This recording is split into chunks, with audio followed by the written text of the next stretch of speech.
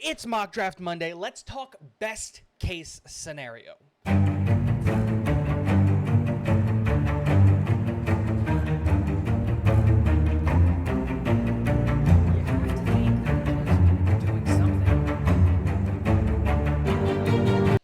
What is going on, guys? Welcome back to Talking Jets with Tigo. My name is Tigo, and today I want to do an entire 7-round mock draft talking about just purely what's the best case scenario.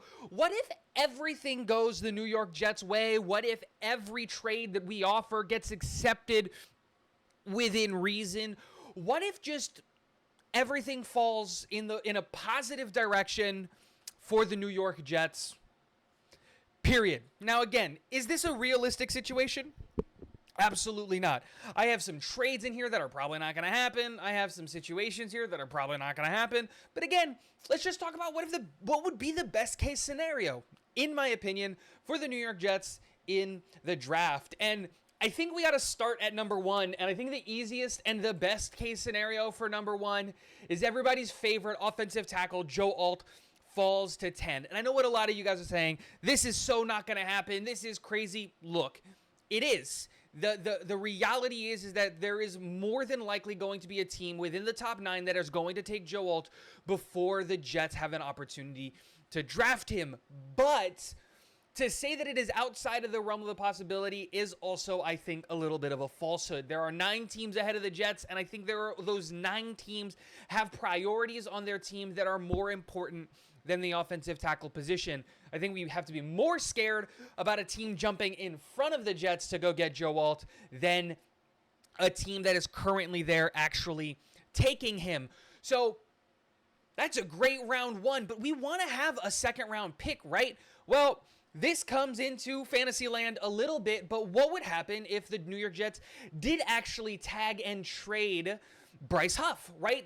I don't think that Bryce Huff is going to be coming back to this team, and if we can maybe get a second round pick for him, that'd be great. And so I made that trade happen. I tagged Bryce Huff and traded him to the Los Angeles Rams, who need an edge rusher with Bryce Huff's skill set for their second round pick, number 51. And with that pick, I took an interior defensive lineman, Chris Jenkins, out of Michigan. Now, I know what you guys are thinking. What? We need wide receivers. And I hear you. I totally get what you're saying.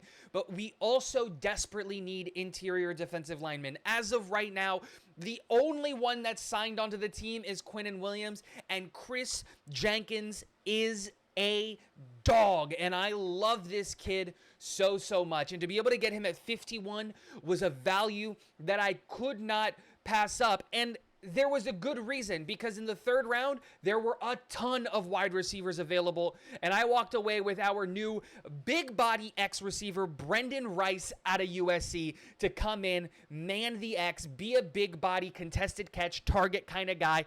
And the best part is he's still got some wheels on him. He can still separate at a relatively high level. And in the 3rd round, we go and we find a gem in Brendan Rice. We continue going on and living the dream. And in round 4, we get Cooper Beebe, the guard out of Kansas State. I don't know why PFF is sleeping on Cooper Beebe as much as they are, but bringing in Cooper Beebe, he immediately starts at left guard for the New York Jets day 1. This kid is a stud. He can play all 3 positions on the interior of the offensive line, just like another offensive lineman that the New York Jets have in Joe Tippmann. And you're now partnering our new left tackle, Joe Alt, left guard, Cooper Beebe, center, Joe Tippmann, and we'll figure out the rest of the offensive line a little bit later. Now, one of the things that I did want to do is address the running back room, because we only have 2 guys on there, and we know how much we're going to use and love to use 3 guys. So I went and got a relatively high-level guy. Trey Benson, the running back out of Florida State, was just in there to really kind of, bring in some depth and some competition. I feel like we should be trying to run the ball effectively this whole season, alleviate the pressure from Aaron Rodgers, and more importantly, I don't want to wear out and just destroy Breece Hall. I want him to get the 2,000 all-purpose yards that he's going to get, but he can do that with a little bit less of a workload. He doesn't have to be the workhorse that he is right now. Let's save those knees. Let's keep him healthy. And here is another dream scenario, and in a dream trade case, and that's trading away Zach Wilson to a team for a 5th round pick. And I was able to find a team that wanted to do that.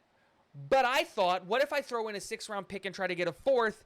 And I didn't even have to force this trade. I forced the LA trade. I straight up just offered this trade to the San Francisco 49ers, and they accepted it. They're going to take on Zach Wilson to be their backup, and we gave them our 6th round pick 187, and got a 4th round pick, 132 back. That's how we got Trey Benson. But we go into the 5th round, and we absolutely cannot believe who's on the board still at this time. Zach Zinter, the guard out of Michigan. And I know what you're saying.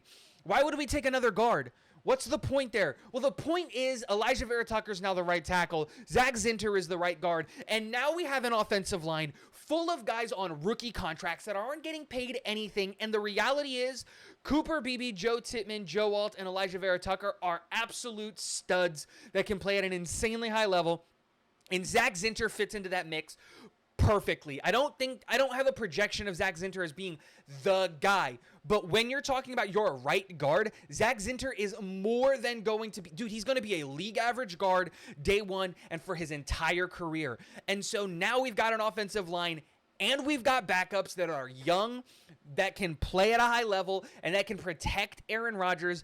And the best part is Carter Warren, Max Mitchell, Wes Schweitzer, all the guys that are currently on the roster that we saw seeing play significant play time last year aren't going to have to be in that role. They can stay in the wings where they're supposed to be, and none of these guys except for Elijah Vera Tucker really has an injury history that you're all that worried about, and you hope that by telling him, hey, you know what, you're the right tackle, you work on right tackle, and not having to move him all over the line, that he stays healthy and that he gives us an entire 17-week season. But again, we've got Carter Warren, we've got Max Mitchell, we've got guys on there, and maybe some other guys that we might address later on in this draft. We keep going on, and we have to bring in somebody to compete in the tight end room. Right now, all we've got with the expectation that CJ Uzomah is going to be gone is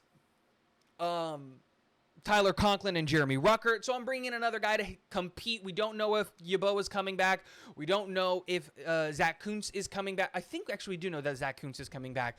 But more competition is really, really good. And this is the 7th round. So we're just taking swings, and that's exactly what we're going to do. We take a swing on a safety in Tyler Owens out of Texas Tech, see if his athleticism can translate to the next level. We go and get a Senior Bowl guy in Delmar Glaze, the tackle out of Maryland, to come in. I think this is more of an interior offensive lineman depth piece. So Wes Schweitzer is going to be the main center backup. Delmar Glaze is going to be the main guard backup. And then Max Mitchell and Carter Warren are going to be the tackle backups, and there you go. Really, really nice young offensive line that is going to be able to stay together, develop together, and play together, and that's the best part. And with the last pick in the draft, wouldn't it be awesome if the New York Jets were able to find their own Brock Purdy, someone who can come in and play? And so for the lulz, I took a swing, and I took who I thought was the best quarterback on the table at the time, and that was quarterback Sam Hartman out of Notre Dame, reuniting him with his teammate and protector Joe Alt.